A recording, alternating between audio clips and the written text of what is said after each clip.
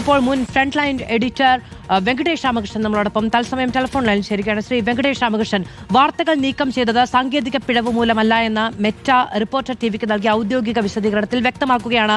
പകരം അത് ഒരു ലോക്കൽ ലീഗൽ റിക്വയർമെന്റ് കാരണമാണ് എന്നതുകൂടി വ്യക്തത വരുത്തുകയാണ്. ഈ നിലയിൽ എങ്ങനെയാണ് അഭിപ്രായം പ്രകടിപ്പിച്ച് വാർത്തകൾ അറിയിച്ച് മുന്നോട്ട് പോവുക? തീർച്ചയായും ഇത് വളരെ ദുരൂഹമായിട്ടുള്ള കാര്യങ്ങളാണ് ഇപ്പോൾ ഈ മെറ്റയുമായി ബന്ധപ്പെട്ട് കേരളത്തിലെ ഒരു മാധ്യമരംഗത്ത്, പ്രത്യേകിച്ചും സോഷ്യൽ മീഡിയ രംഗത്ത് നടക്കുന്നത്. ചെറിയ കുട്ടികളുടെ പോസ്റ്റുകൾ നീക്കം ചെയ്യപ്പെടുക, അതുപോലെ വളരെ വ്യാപകമായ രീതിയിൽ മാധ്യമ സ്ഥാപനങ്ങളിൽ നിന്ന് വരുന്ന സർക്കാർ വിരുദ്ധ വാർത്തകൾ നീക്കം ചെയ്യപ്പെടുന്ന ഒരു സ്ഥിതിവിശേഷമാണ് കണ്ടെത്തുന്നത്. തീർച്ചയായും ഇതിൽ ഈ സംസ്ഥാന സർക്കാരിൻ്റെ ന്യായീകരണങ്ങൾക്കെല്ലാം അപ്പുറം മെറ്റ ഇങ്ങനെ പറയുന്ന ഒരു സാഹചര്യത്തിൽ, മെറ്റ ഇങ്ങനെ ഒരു എക്സ്റ്റേണൽ ആയിട്ടുള്ള റിക്വസ്റ്റ് ഉണ്ടായിട്ടുണ്ട്, ഒരു റിക്വസിഷൻ ഉണ്ടായിട്ടുണ്ട്. അതിൻ്റെ അടിസ്ഥാനത്തിലാണ് ഇങ്ങനെ ഒരു നീക്കം അവർ ചെയ്തിരിക്കുന്നതെന്ന് അവർ പറയുന്ന സമയത്ത് അതിനെ ഒന്നുകിൽ സർക്കാർ വെല്ലുവിളിക്കണം, അല്ലെങ്കിൽ കൃത്യമായിട്ട് അതിനെ നെഗേറ്റ് ചെയ്യണം, അല്ലെങ്കിൽ ഈ എന്തെങ്കിലും തരത്തിലുള്ള നിയമപരമായ നടപടി തന്നെ മെറ്റയ്ക്കെതിരായിട്ട് ആലോചിക്കണം. പക്ഷെ അതൊന്നും ചെയ്യാത്ത സാഹചര്യത്തിൽ വെറുതെ ന്യായീകരണം മാത്രം പറയുക, ഞങ്ങളുടെ ഭാഗത്തും ചെയ്തിട്ടില്ല, മെറ്റ ഏകപക്ഷീയമായിട്ട് ചെയ്തതാണെന്ന് പറയുന്നത് ഒരു എലക്റ്റഡ് ബോഡിക്കും, അതായത് കേരളത്തെ സർക്കാർ മാത്രമല്ല, ഒരു എലക്റ്റഡ് ബോഡിക്കും അല്ലെങ്കിൽ ഏതെങ്കിലും ഒരു ഇൻസ്റ്റിറ്റ്യൂഷനും ഭൂഷണമായിട്ടുള്ള കാര്യമല്ല. അപ്പോൾ ആ രീതിയിൽ ഇതിനെ സമഗ്രമായി പരിശോധിക്കേണ്ട ആവശ്യമുണ്ട്. ഇപ്പം റിപ്പോർട്ടർ ടി വി 2 തവണയായിട്ട് മെറ്റയുമായി ബന്ധപ്പെട്ടെന്നാണ് ഞാൻ മനസ്സിലാക്കുന്നത്. അപ്പോൾ അവർ കൺസിസ്റ്റൻ്റ് ആയിട്ട് ഈ മറുപടി പറയുന്നുണ്ട്.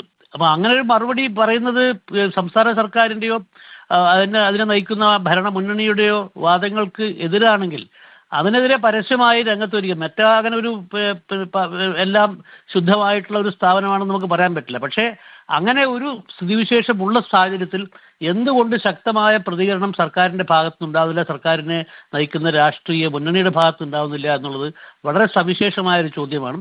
ഇത് വളരെ സമഗ്രമായി പരിശോധിച്ച് പെട്ടെന്ന് തന്നെ നടപടി ഉണ്ടാവേണ്ട ഒരു കാര്യമാണ്. അപ്പോൾ തീർച്ചയായും ഇപ്പോഴത്തെ ഒരു സ്ഥിതിവിശേഷത്തിൽ പ്രതിക്കൂട്ടിൽ നിൽക്കുന്നതിൽ നിന്ന് സംസ്ഥാന സർക്കാരിന് മാറി നിൽക്കാൻ പറ്റില്ല എന്നാണ് എനിക്ക് മനസ്സിലാക്കാൻ. ശ്രീ വെങ്കടേഷ് രാമകൃഷ്ണൻ, അപ്പോഴും ഇപ്പോൾ കഴിഞ്ഞ ദിവസം മുഖ്യമന്ത്രി മാധ്യമങ്ങളെ കണ്ടപ്പോൾ അദ്ദേഹത്തിന്റെ ഓഫീസിൽ നിന്ന് ഒരു ഉദ്യോഗസ്ഥനും അങ്ങനെ ഒരു നിർദ്ദേശം നൽകിയിട്ടില്ല എന്ന് വലിയ ആത്മവിശ്വാസത്തോട് പറയുകയാണ്. സ്വാഭാവികമായും അത് തന്നെ വേണമെന്നില്ല. സംസ്ഥാനത്ത് ഒരു പോലീസ് ഉദ്യോഗസ്ഥൻ, ഡിവൈഎസ്പി റാങ്കിന് മുകളിലുള്ള പോലീസ് ഉദ്യോഗസ്ഥൻ നിർദ്ദേശിച്ചാലും ഇത് സാധ്യമാകും. ഇപ്പോൾ പോലീസാണോ അങ്ങനെ ഒരു നീക്കം നടത്തിയത് എന്ന് ചോദിക്കുമ്പോൾ അദ്ദേഹം അത് വ്യക്തമാക്കുന്നുമില്ല.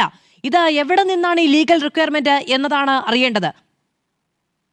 തീർച്ചയായും അതാണ് കണ്ടുപിടിക്കേണ്ടത്. ഇപ്പോൾ എങ്ങനെയാണ് ഇപ്പോൾ നമ്മുടെ പ്രശസ്ത മാധ്യമപ്രവർത്തനായ എൻ മാധവൻകുട്ടിയുടെ ഫേസ്ബുക്ക് അക്കൗണ്ട് ഇതുപോലെ സമാനമായ രീതിയിൽ തള്ളപ്പെട്ടിരുന്നു.